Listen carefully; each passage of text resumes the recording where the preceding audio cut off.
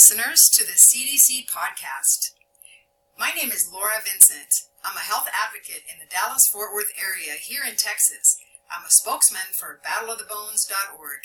I'd like to express my appreciation to the CDC for supporting our coalition, battleofthebones.org. The Centers for Disease Control and Prevention is a federal agency that supports health promotion, prevention, and preparedness activities with the goal of improving overall public health. Today, I'm going to talk about the growing concern of osteoporosis among perimenopausal and postmenopausal women ages 50 and over in our community. Due to our ever-increasing aging population, about 50% of women over age 50 will suffer during their lifetime from an osteoporotic fracture, which is associated with an increased mortality risk.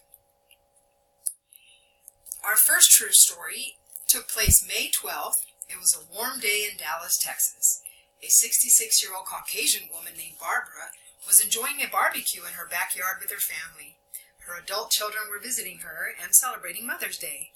When it was time for dessert, Barbara took it upon herself to slice the watermelon. She lifted the large watermelon from the fridge to move it onto the kitchen counter. She was surprised when it accidentally slipped out of her hands and fell hard on her left thigh. Then it tumbled to the floor and cracked in 3 sections. As her thigh pain became unbearable, Barbara was unable to walk on her injured leg. So she went to the emergency room. An x-ray revealed a femoral shaft fracture. So she received pain medication through an IV to control her pain. The fracture was open, so she received antibiotics to prevent bone infection. She was also given a tetanus vaccination.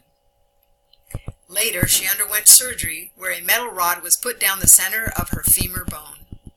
A full recovery normally takes about 3 to 12 months, but Barbara's specialist discovered she had osteoporosis, so her recuperation would be a longer one. In a second story, Phyllis is a petite, underweight Caucasian woman aged 69. She was invited to her granddaughter's band performance at a local middle school. Phyllis was tired that evening and preferred to stay home, but she sacrificed and went to the concert as she wanted to support her granddaughter. Phyllis was grateful when it ended, though, as she yearned to return to her cozy home. As she was exiting the school's doorway, she noticed it was congested with many others also hoping to reach the parking lot soon. Just then, a tall, morbidly obese man exiting alongside her accidentally lost his balance and fell on Phyllis, knocking her flat on her back. She felt as though her entire body had been crushed. The man needed help from bystanders to pick himself back up. Phyllis was unable to breathe normally and could hardly speak and was taken to the hospital in an ambulance. She ended up with several broken ribs, a ruptured lung, and a broken hip. Her recuperation was longer than expected due to osteoporosis. Phyllis's funeral took place 11 months later. In both of these accidental cases, fractures carry a higher mortality risk.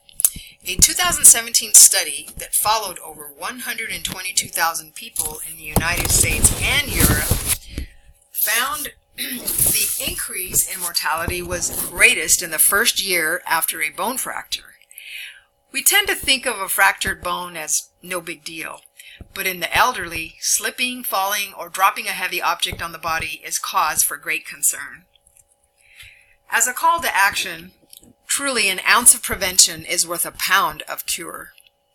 Barbara could have asked a family member for help by carrying the watermelon for her, but the thought didn't cross her mind as she was accustomed to carrying heavy things all of her life. In Phyllis's case, she could have exited the school building perhaps 10 minutes earlier, or waited until the crowds died down to make her exit without taking the risk of getting knocked over and breaking so many bones. Like Barbara, Phyllis was unaware she had osteoporosis. Experts suggest preventing the development of porous bones by increasing focus on muscle strength. This can be accomplished by adopting weight resistance exercises. Starting out with low weights and building up gradually helps increase bone quality and density.